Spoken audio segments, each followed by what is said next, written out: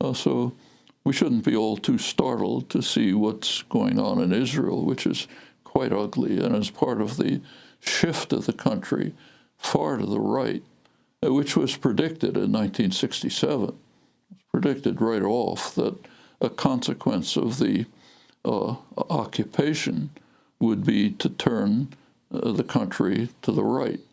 When you have your jackboot on someone's neck, it's not good for your psyche. And I think we've been watching this happen. Israel's quite aware of it, incidentally. Israeli political analysts have been pointing out for a couple of years that Israel should be preparing itself for a period in which it loses the support of sectors of the world that have some concern for human rights and international law, and should be returning towards alliances with countries that just don't care about this. Say India, under the recent ultranationalist Modi government, shares with Israel the move towards ultranationalism, repression, hatred of Islam. China doesn't pay attention to these things.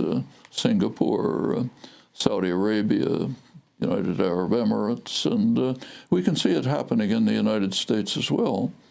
So not too long ago, Israel was the absolute darling of progressive, liberal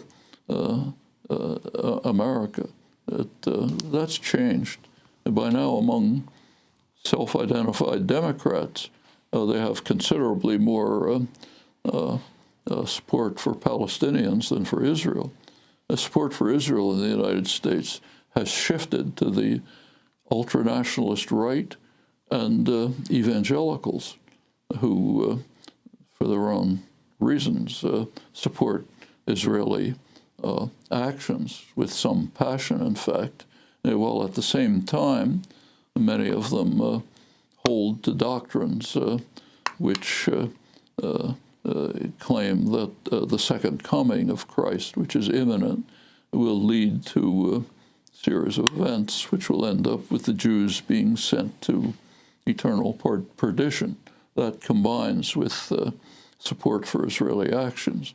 And that's why the base of Israeli support in the United States has shifted to the right wing of the Republican Party. So these things are happening all over the world.